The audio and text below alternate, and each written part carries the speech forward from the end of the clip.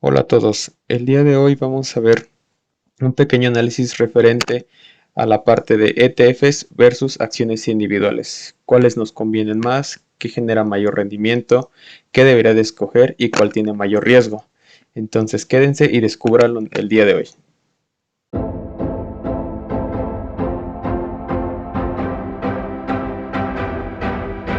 Como les comenté al inicio del video, hoy vamos a hacer un pequeño análisis entre ETFs versus acciones individuales. ¿Qué debemos escoger? ¿Qué ventajas tienen? ¿Qué desventajas tienen otras? Y pues bueno, vamos a dar el inicio. Este video tiene la intención de analizar qué pasaría si nosotros escogiéramos ETFs en nuestro portafolio de inversión versus acciones individuales. ¿Qué es lo que más nos convendría o qué riesgos e implicaciones tienen escoger un instrumento versus ETFs o las acciones? En esta pequeña tabla pueden observar algunos ETFs que he escogido, los más, digamos, populares, y versus algunas acciones individuales. Esto para ver la comparativa de los rendimientos que tienen en lo que va del año, esto a partir de enero de este año, de lo que es 2021, el rendimiento en el último año, considerando la fecha de hoy, cuánto rendimiento han tenido desde el día 10 de noviembre de 2020 hasta el día de hoy, que es la fecha que estamos grabando el video, el rendimiento en los últimos 5 años y el costo actual. Ahora bien, voy a ir explicando cada uno de los casos. El primero, que es VOO, que es un ETF que replica un índice, en este caso el SP 500, que son las 500 empresas más grandes de los Estados Unidos. En este eh, ETF lo que podemos observar es que en lo que va del año, de enero o digamos del primero de enero de 2021 hasta el día de hoy, ha tenido un rendimiento del 25.76%. En el rendimiento del último año, del 10 de noviembre del año pasado al día de hoy, ha tenido un rendimiento del 30.10%. En los últimos 5 años tiene un rendimiento del 114% aproximadamente, y es algo bastante bueno. Creo que lo que ha representado esto, pues vemos que en un periodo de 5 años hemos podido pues duplicar nuestra inversión, y el costo actual de este es de 8.798. Para el índice de QQQ, este es un ETF que replica al Nasdaq, que son las 100 empresas más grandes tecnológicamente hablando, y podemos ver que el rendimiento es muy parecido al del VOO, con un 25.93%. En el último año un 34.43%. Aquí ya la diferencia es un poquito más grande, pero en los últimos 5 años vemos que pues realmente es más del doble en los rendimientos, ya que ha proporcionado un rendimiento del 236%, y el costo está un poquito más bajo. Pero podemos ver, y esto creo que es muy normal, hemos visto que en los últimos años, y creo que desde la pandemia para acá, las empresas tecnológicas han tenido un incremento y un crecimiento impresionante, ¿no? Entonces, creo que aquí se ve reflejado en este índice. Otro índice es el ISLN. Este índice probablemente no lo conozcan. Este va enfocado a energías limpias, a energías renovables, entre el mercado estadounidense y algunos países o empresas de países europeos como Dinamarca, Suecia, etcétera, Canadá. Y este lo quise agregar porque creo yo que en las empresas que tengan esta visión o generar tecnología verde, tecnología limpia, y lo que es principalmente esta parte de la energía, creo que puede ser un sector importante y con viras al futuro. Y creo que ahorita con las noticias que hemos observado referente a los temas de la COP26, la Organización de las Naciones Unidas, que tiene mucho enfoque en este tema, creo que puede dar un impulso importante en los próximos años. Pero esto no se ve realmente reflejado en la bolsa, y una manera que lo hemos visto es que en lo que va del año ha tenido una pérdida. En lugar de tener un crecimiento, pues esto ha decrecido en un menos 15.48%. En lo que fue del último año ha tenido un crecimiento del 10.94, que pues podemos ver que este año no fue muy bueno, pero el año anterior pues realmente sí no le fue tan mal, o lo que fue el principio de año. Y, pero si vemos los últimos 5 años, tuvo un crecimiento realmente importante. De hecho, creció más que el SP 500, ¿no? O este ETF que lo replica, que sube. Y el costo actualmente es de 500 pesos. Realmente creo que es un costo económico. Y considerando las cuestiones de este año, que no ha sido tan bueno para las energías limpias o energías verdes, creo que pudiera ser una opción a compra, considerando, y si ustedes creen en este sector, en estas empresas, que pueden tomarlo pues en un buen descuento o a un precio realmente accesible. Siguiendo este índice, que es el CIBR, este es un sector que a mí en lo particular me encanta y que yo sí creo muy fielmente en él, que es la parte de empresas dedicadas a la parte de ciberseguridad. Este ETF está compuesto por varias empresas de mayor bursatilidad y mayor capitalización en la bolsa de los Estados Unidos, pero enfocada sobre el segmento de la ciberseguridad. Entonces, en lo que va del año ha tenido pues un crecimiento bastante bueno, que es el 26.5%.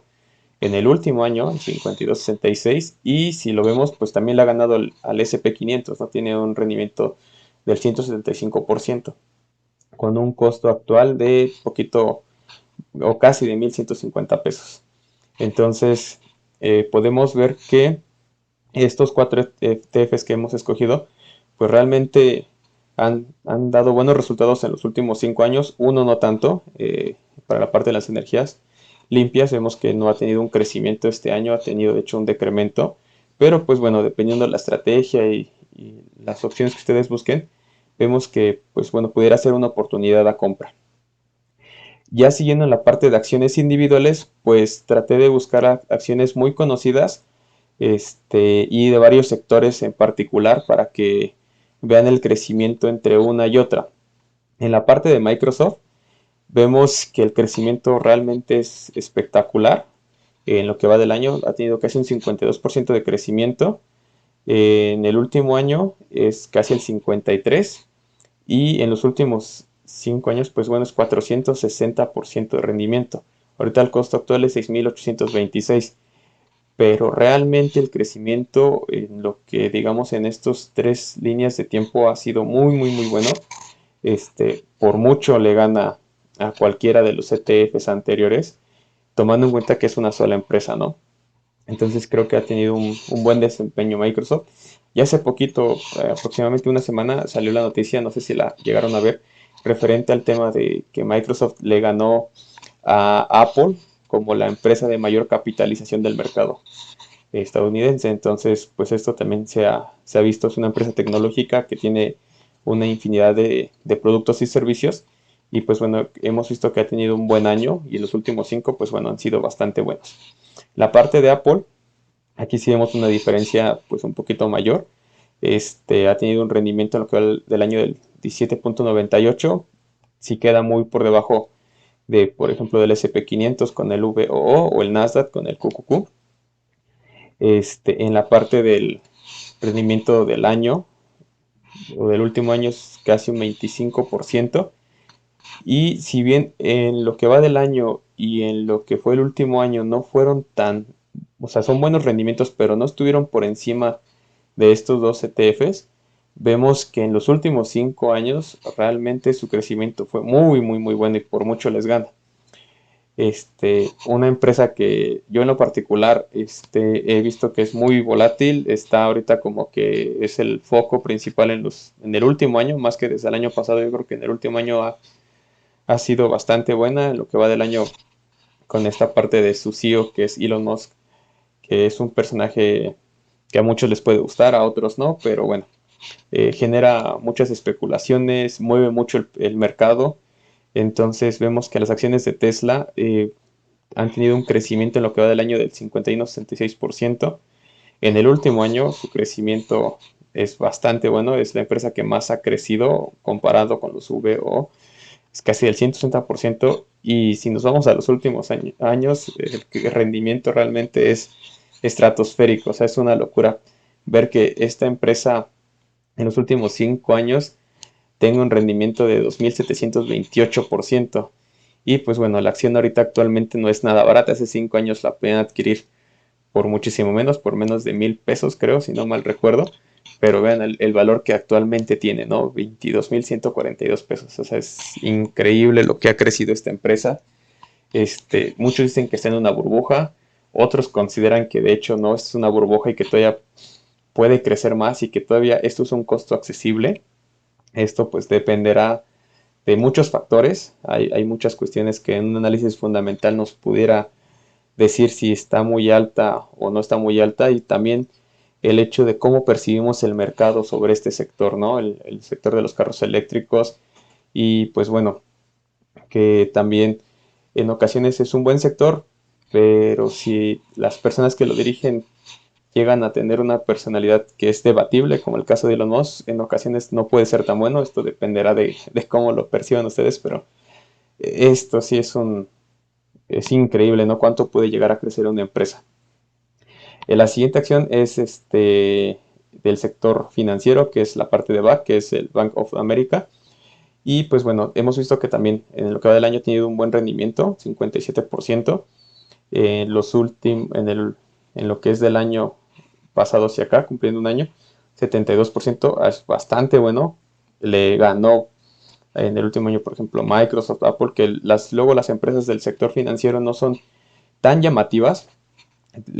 Muchas las ven como un sector o acciones de refugio por temas ahorita de inflación, por tema de la incertidumbre que pueda tener el mercado, pero vemos que realmente no le ha ido mal.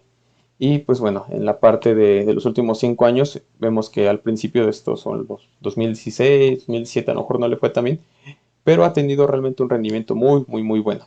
Y creo que el costo para esta acción también es algo accesible, 974. Para la parte de otro sector que yo lo pudiera dividir tanto entre tecnológico financiero, que es la parte de Visa, y vamos a tomar de una vez el análisis de Mastercard. Vemos que este año sus rendimientos no han sido realmente buenos. 2.47 y 4.67 realmente no han sido rendimientos tan buenos. Creo que ahorita está, pues no sé, el rendimiento que nos dan una Sofipo les pudiera ganar por mucho, o estarían compitiendo con CETES, ¿no? Tomando en cuenta el tema de riesgo. Pero bueno, en lo que va del año también el rendimiento no ha sido muy, muy alto, y para la parte de Visa también no ha ido tan bien. Y en los últimos 5 años vemos que sí tuvieron un rendimiento bastante bueno. Las acciones no son tan baratas, pero podemos observar que lo que fue probablemente la pandemia, etcétera, aunque el comercio electrónico se disparó y demás, esto no significa que estas empresas se hayan beneficiado realmente bastante, porque vemos que de noviembre a noviembre no tuvieron unos rendimientos tan grandes, y lo que va del año pues tampoco. Entonces, pues bueno, esto es un ejemplo de ver que hay ciertas empresas que podemos pensar que pudieran llegar a tener un crecimiento importante por ciertas situaciones que se viven a nivel global. La pandemia nos lo dejó ver. Otras empresas se vieron muy beneficiadas, pero para estas empresas que pudieran ser el foco, no lo fue tanto. Y por último, las acciones de Verizon y AT&T, que son empresas de telecomunicaciones. Estas las escogí principalmente para mostrarles otro sector, pero para que vean que hay otros sectores que también no han sido muy, muy, muy buenos, no les ha ido tan bien. En lo que va del año, vean, han tenido también pérdidas, y son pérdidas realmente pues considerables en el valor de las acciones, un 10% o un casi 12% en lo que va del año. Si lo vemos de noviembre a noviembre, esto también se ve muy, muy, muy reflejado. Y otra situación importante que me llamó mucho la atención es el tema de que en el caso de Verizon creo que no ha tenido tantos estragos, pero vean el rendimiento que ha tenido AT&T en los últimos 5 años. O sea, lleva 5 años en un decremento importante, ¿no? Un 31.72% de decremento. Entonces, cuando sabemos que también el tema de las telecomunicaciones pudo haberse visto beneficiado por la situación de la pandemia, cada vez ocupamos más dispositivos, que estamos en un mundo totalmente más, o está siendo más visto de una manera conectada, Internet de las cosas, etcétera. Y estas empresas que pudieran ser pues elementales o serían la materia prima para poder dar uso a estos servicios, pues vemos que no les llega a ir tan bien. Entonces, estas empresas las escogí principalmente para exponer estos factores y que pues no siempre vamos a tener un mercado alcista. Si bien el mercado en general va a la alza, podemos ver que no todas las empresas van a tener este rendimiento realmente, y aunque sean empresas muy grandes, una capitalización importante, muy conocidas, ya realmente afianzadas en el mercado y en sus sectores, pero vemos que en ocasiones no es así. Y pues bueno, considerando esto, ya la parte final es las ventajas y desventajas que pudiéramos tener sobre cada aspecto o sobre estos instrumentos de inversión. En la parte de ETFs, las ventajas que yo considero es que podemos tener una mayor diversificación en el ETF, porque al final el ETF es un conjunto de varias acciones, y el ETF, dependiendo del administrador o quien crea el ETF, pues decide este, qué nivel de porcentaje le va a dar a cada una de las empresas que escoja. Entonces la diversificación es realmente buena dependiendo del ETF. En el caso de VOO, que replica un índice, pues bueno, aquí vemos que pueden ser 500 empresas, en el caso de QQQ 100, entonces la diversificación ya la tenemos ahí. Eh, Otra ventaja que va muy ligada a la anterior, que es los costos son más accesibles, y pues tener acceso a un ETF que me da la diversificación de 500, 100 empresas o 50 por un costo, aunque no son tan económicos, y actualmente comprar un ETF hoy en día creo que no todos tuviéramos la posibilidad de poderlo adquirir cada mes o cada 15 días o cada 2 meses, dependiendo de nuestros ingresos. Realmente, considerando la diversificación, el costo es muy accesible. Otra ventaja es la parte que es más sencillo de gestionar. Aquí nosotros no tenemos que estar evaluando ni estar pensando qué porcentaje le voy a dar a todas las empresas que están dentro del ETF. Lo compro, las incluye, y el administrador o creador del ETF es quien se prepara y quien investiga toda esa parte. Y por último, que es, tenemos un menor tiempo de investigación. Aquí no tendríamos que hacer un análisis fundamental para cada una de las empresas que lo componen. Entonces esto pues nos libera de cierta cuestión de, de estar invirtiendo tiempo en estar investigando tantas empresas. Las desventajas que yo les veo es que hay un menor control de la diversificación. Nosotros no lo podemos decidir. Todo esto se encarga directamente el creador o el administrador del ETF. Obviamente, pues la ganancia de ellos conlleva un costo de administración, ¿no?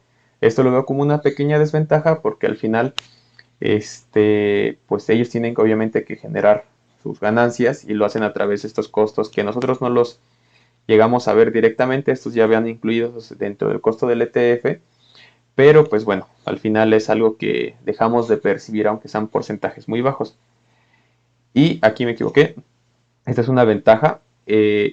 Tenemos un menor riesgo con un ETF. Esto es una ventaja. Con un ETF el riesgo es mucho menor por la diversificación que tenemos.